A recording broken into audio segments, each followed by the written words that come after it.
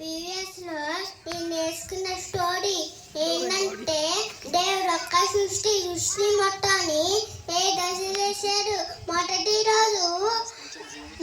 రోజు వెలుగు నుండి చీకటిని వేరుపరిచాడు. రెండో రోజు దేవుడు ఆకాశ సముద్రం చేశాడు.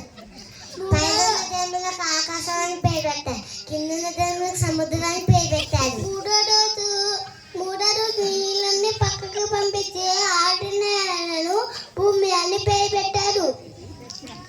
అయితే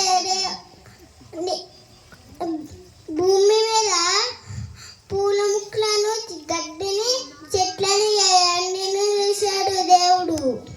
నాలుగో రోజున దేవుడు సూర్యుడు, చంద్రుడు చేశాడు. సూర్యుడు చంద్రుడు స్టార్ట్ చేశాడు. ఆరో రోజు ఆకాశం ఎర్రబడును, కింద జలవరను శాపాలను చేశాడు దేవుడు.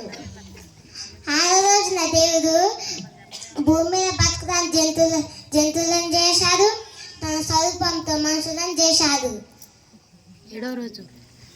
సెవెంత్ రోజు విశ్రాంతి తీసుకున్నాడు.